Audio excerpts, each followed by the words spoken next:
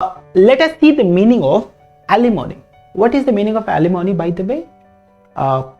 Alimony is after the divorce, the amount the husband has to pay to the wife per monthly maintenance is called alimony. इसको कैसे याद कर सकते हैं? अगर आपने 2.5 Men सीरीज देखा होगा तो this is Ellen and this is Jake and this is Charlie. Alan was a divorcee and Alan used to pay monthly maintenance to his wife. So this is how I remembered when Alan pays money to his wife is called alimony. Is that okay? There are other words that you can learn from it: patrimony and matrimony. So patrimony is money that you get from your father. Patris is father. So the inheritance that we get, जो जमीन जायदाद मिलती है हमारे को parents से, father से primarily, is called पैट्रिमोनी. Matrimony का क्या मतलब हो गया? इसका क्या मतलब हुआ कि जो पैसा हमारे को मदर से मिलता है, ऐसा बिल्कुल नहीं है. इसका मतलब मैरिज के रिलेशनशिप. आपने संडे के मैट्रिमोनियल सुने होंगे. So this is marriage relationships and this is called money और inheritance that we get from our parents. Is that okay? Let us move to the next one, which is mishap. Mishap is very simple. Something which is mishappening. Something that should not have happened but somehow has happened. You know what? I am not cooking it up. मेरी wife का नाम है मिशा. Now you understand what is the meaning of? इस पे P लगा दो यार. तो मैंने तो भाई ऐसे ही सीख लिया इसको कि मिशैप का मतलब या मिसहैप का मतलब क्या हो गया? मिशा. Something that shouldn't have happened but has happened. What are the synonym out here? Accident, catastrophe, or misadventure, or disaster. How do you remember disaster?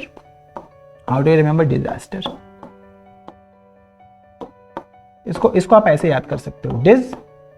Dis is against plus aster.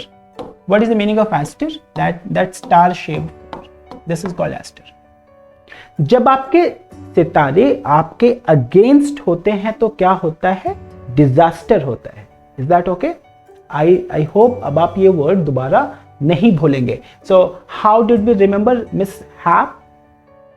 Something that shouldn't have happened, right? Let us go to the next one, which is parsimonious. ये भी कुछ ना कुछ money से related है. आपने पारसी लोगों को देखा होगा तो they are extremely careful about their expenditure. They just don't spend the money. They will have to see the value in something, only then they are going to spend. This is how I learned parsimonious. There are people who don't have the money, they are poor, but then there are people who have but they don't spend. These are the people who are parsimonious. Something they are very closed fisted. पैसे हाथ से निकलेंगे नहीं, कुछ भी करा लो. तो इसका मतलब क्या हो गया? penurious, closed fisted and ungenerous. कोई नेगेटिव वर्ड ये नहीं है. इसका मतलब है when you are extremely or extra careful about your money is called parsimonious. Is that okay? Vegetate, that's my favorite word. मेरी माँ ना हमेशा मेरे को ये बोला करती थी, बॉडी ना बड़ी हो गई तुम्हारी बट दिमाग बड़ा नहीं हुआ.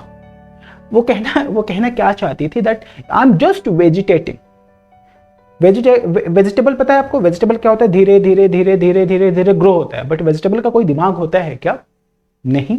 So that is how we are learning this word called vegetate, which is stagnate, languish, or engage in passive relaxation is called vegetate. जब आप रातों रात बैठ के YouTube पे कुछ वीडियोस देखते हैं या मूवीज देखते हैं Amazon Prime पे या बाकी चैनल्स पे, तो आप क्या कर रहे हो? By the way you are just vegetating. Office में भी कुछ ऐसे लोग होते हैं जो वेजिटेट करते हैं, सालों साल एक ही काम करते रहते हैं, नए स्किल्स नहीं सीखते हैं.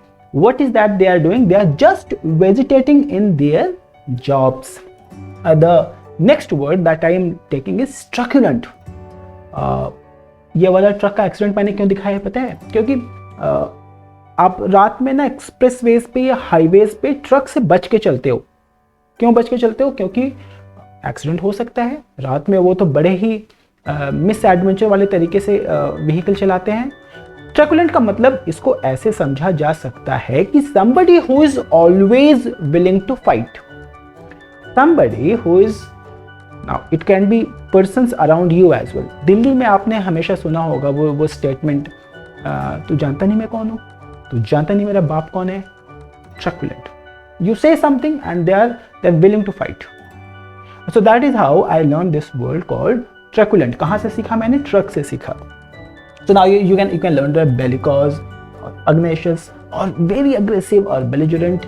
All of them are nothing but synonym of truculent। The next word is bucolic। मैंने इसको कैसे याद किया? You see this serenity। हम सारे के सारे लोग जो सिटीज़ में काम करते हैं, हमारे अंदर एक सपना होता है कि कभी हम वापस अपने गांव जाएंगे, कभी हम वापस ऐसी जगहों पे रहेंगे, पीसफुल जगहों पे रहेंगे।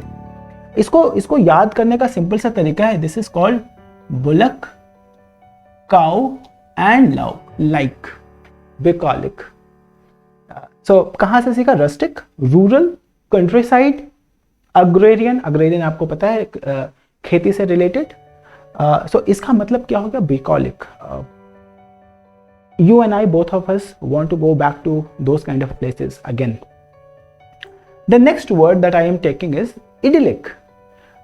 You know what? My favorite breakfast is idli। अगर आप मेरे को इडली दे दो ना सुबह सुबह, तो मैं बड़ा ही खुश होता हूँ, बड़ा ही मेरे को पीसफुल जैसा लगता है कि भाई आज तो कुछ बढ़िया मिल गया।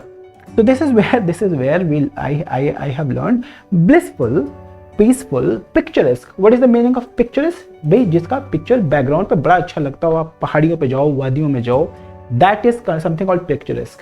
सिटीज का जो पॉल्यूशन है, पॉपुलेशन है, वो पिक्चरेस्क तो नहीं है, isn't it? Bucolic, we learned it, and happy. So idyllic का मतलब हो गया आप बड़े ही ब्लिसफुल हो, बड़े ही हैप्पी हो। क्यों हो? क्योंकि आप अंदर से पीसफुल महसूस कर रहे हो, क्योंकि आप ऐसी जगहों पे रह रहे हो, इजंट इट? तो इडली से हम क्या याद कर सकते हैं? इडलिक।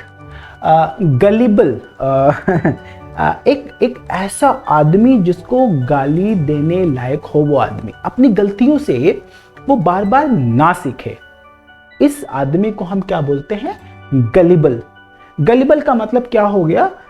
Somebody who can very easily be persuaded to follow something। Somebody who is a fool, somebody who is a naive, somebody who is credulous। credulous बड़ी आसानी से भरोसा करने वाला। naive जो बिल्कुल नया नवेला है किसी चीज में। foolish अब आपको पता ही है। यहाँ से आप क्या सीख सकते हो? गलिबल। ये पिक्चर मैंने क्यों बनाई है? अब आप देखो, एक आदमी पैसे के पीछे भाग रहा है, दिन रात मेहनत करता है, दिन रात मेहनत करता है, और जैसे ही कंपनी उसको ज़्यादा इंसेंटिव दिखाती है, ज़्यादा सैलरी दिखाती है, वो और भी ज़्यादा काम करने को तैयार होता है। उसको लगता है कि over a period of time वो आदमी रिच हो जाएगा। Now you understand what is the meaning? Called gullible. ऐसे लोग जिनको आसानी से बरगलाया जा सके, गलिबल हो गए। तो हमारे पास में आया हमारा लास्ट वर्ड इस वीडियो का, this is called, right pronunciation is penchant. Penchant को आप कैसे याद कर सकते हो? पंचायत से याद कर सकते हो। और कुछ लोग होते हैं ना जिनको बात करने की बड़ी वो होती है, उनके पास हर एक चीज का सोल्यूशन होता है। पान की दुकान पे बैठ जाओ, चाय की दुकान पे आप बैठ जाओ, इन लोगों को कंट्री की इकोनॉमी से लेके, पॉलिटिक्स से लेके, क्रिकेट से लेके सारी चीज़ों की नॉलेज होती है, सारी चीज़ों पे इनके अपने व्यू पॉइंट होते हैं। तो मैंने इस वर्ड को यहाँ से सीखा, पंचायत, पानशान, पान की दुकान, isn't it? So something, a very strong or habitual liking for something, fondness, that is called panshan. So I'm gonna watch you in some other video where we will be talking more about these words. Till then, bye bye and take care.